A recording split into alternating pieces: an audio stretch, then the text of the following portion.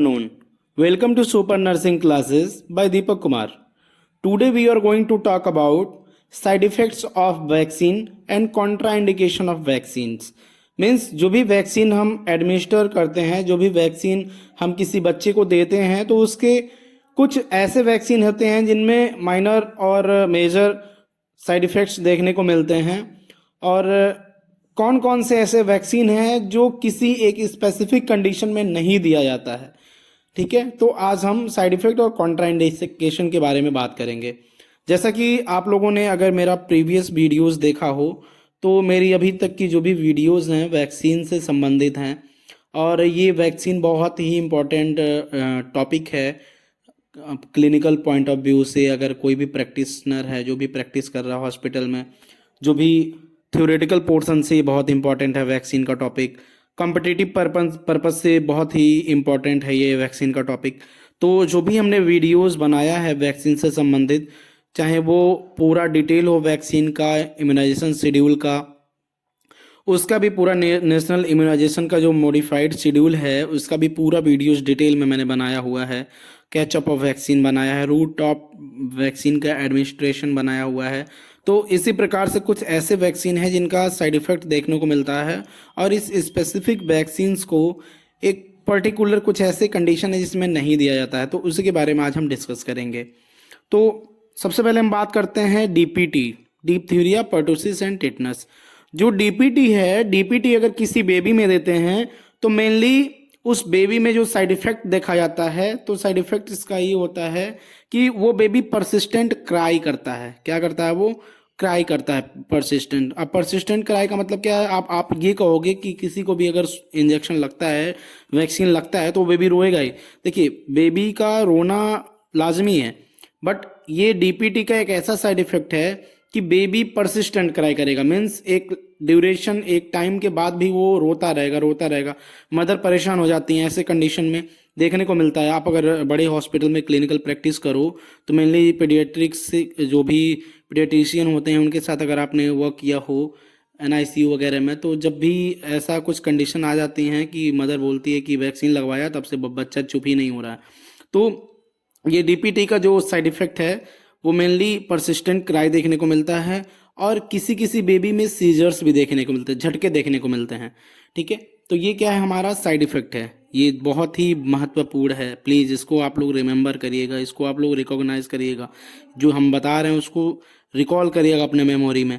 और इसका Contra indication means किस कंडीशन में डीपीटी को नहीं देते हैं, क्योंकि डीपीटी का साइड इफ़ेक्ट क्या है? सीजर है।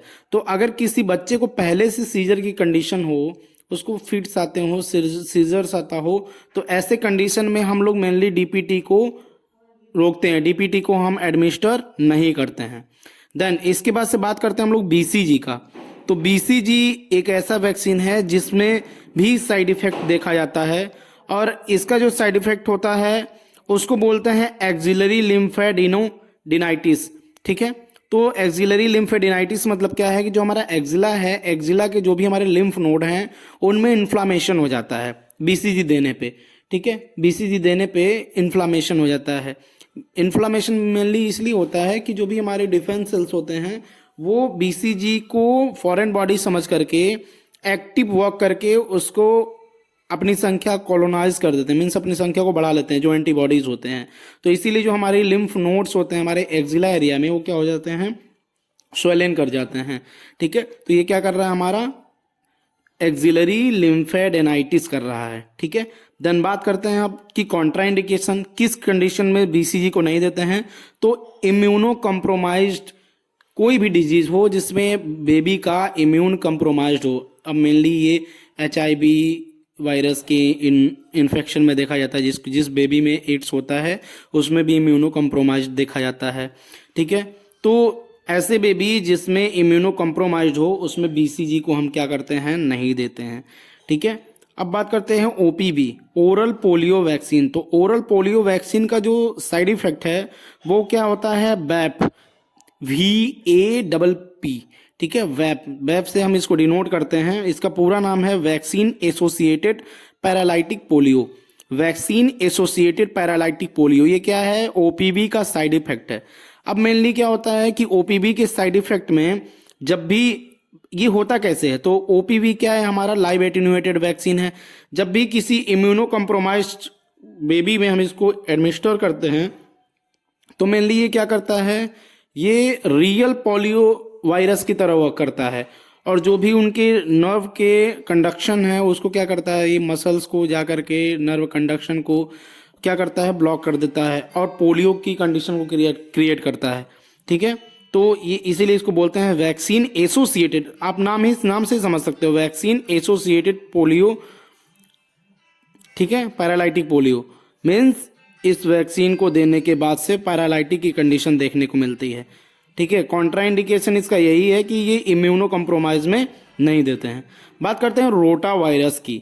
ठीक है, रोटा वायरस का जो जो rota virus means rota virus के लिए जो वैक्सीन होता है जो हम लोग ओरल देते हैं बेबी में, ठीक है, जो कि एक वायरल डायरिया को प्रिवेंट करता है, तो उसके क्या साइड इफेक्ट होते हैं? तो उसके साइड इफेक्ट भी क्या हैं, डायरिया हैं। अगर हम रोटा वायरस देते हैं बेबी में तो किसी किसी बेबी में डायरिया की कंडीशन देखने को मिलता है। दूसरी चीज क्या है, एक स्पेशल टाइप की कंडीशन होती है जिसको बोलते हैं इंट्यूसेप्शन। ठीक है, इंट्यूसेप्शन जो होता है इस कंडीशन में मेनली क्या होता है कि जो इंटेस्टाइन हमारी होती है, आंतें जो होती हैं वो वीक पड़ जाती हैं। वीक पड़ने के साथ साथ इंटेस्टाइन एक दूसरे में इंटर कर जाती है। ठीक है, इंटेस्टाइन का ही एक पार्ट एक दूसरे पार्ट में, इंटेस्टाइन के दूसरे पार्ट में इंटर कर जाता है, उसी को बोलते हैं इंट्यूसेप्शन। ठीक है, तो इंट्यूसेप्शन जो होता है उसमें क्या होता है, इंटेस्टाइन इंटर बिटवीन। ठीक है, देन बात करते हैं कि कॉन्ट्राइंडिकेशन। तो डायरिया में ये कॉन्ट्राइंडिकेटेड होता है, रोटा वायरस का जो वैक्सीन होता है डायरिया की कंडीशन में देते। देखिए कितना अच्छी बात है, ये डायरिया इसका साइड इफेक्ट भी है और डायरिया में इसको देते भी नहीं है। ठीक है, अब बात करते हैं इन्फ्लुएंजा की। तो अभी कल का मैंने जो वीडियो बनाया था, अगर आप लोगों ने देखा हो तो मैंने बताया था कि जो इन्फ्लुएंजा होता है वो मेनली किस कंडीशन में नहीं देते हैं। अभी हम आगे बात करते हैं। तो मेनली जो इन्फ्लुएंजा का साइड इफेक्ट है वो है गुलिन बेयर सिंड्रोम। अब गुलिन बेयर सिंड्रोम क्या होता है? तो गुलिन बेयर सिंड्रोम बहुत डिटेल में नहीं जाएंगे। मेनली क्या होता है कि जो हमारी सेंट्रल नर्वस सिस्टम और पेरिफेरल नर्वस सिस्टम होती है, तो ये सेंट्रल नर्वस सिस्टम ब्रेन और स्पाइनल कॉर्ड से जो बाइफर्केट होके हमारे एक्सट्रीमिटीज में जो भी नर्व का सप्लाई होता है, उस नर्व सप्लाई पे जो हमारा न्यूरॉन्स गए होते हैं, नर्व गई होती है, उस पे अपनी ही एंटीबॉडी अटैक कर देती है। उस कंडीशन में को बोलते हैं गुलिन बेयर सिंड्रोम। ठीक है, अब मेनली किस कंडीशन में इसको नहीं देते हैं? तो एग एलर्जी, जिस बेबी में एग से एलर्जी हो उसको ये नहीं देते हैं। इसलिए नहीं देते हैं क्योंकि इन्फ्लुएंजा वैक्सीन को जब हम बनाते हैं तो हम एक सबस्ट्रैक्ट का यूज करते हैं। ठीक है, इसीलिए हम एग एलर्जी वाले बेबी को नहीं देते हैं। बात करते हैं मिजल्स की। तो measles mainly toxic shock syndrome side effect जो इसका है वो है टॉक्सिक शॉक सिंड्रोम। अब टॉक्सिक शॉक सिंड्रोम क्या है कि मेनली इस बेबी में, जैसे आप लोगों ने एनाफाइलेक्टिक शॉक देखा होगा, उसी प्रकार से वो एनाफाइलेक्टिक शॉक तो नहीं होता है लेकिन इसी प्रकार से कुछ लक्षण देखने को मिलते हैं जिसमें कि बेबी का जो भी इंट्रावेस्कुलर फ्लूइड है वो एक्स्ट्रा वेस्कुलर में, मीन्स जो धमनी में जो सीरा में जो फ्लूइड बह रही है वो कहाँ आ गई, हमारे उसके बाहर।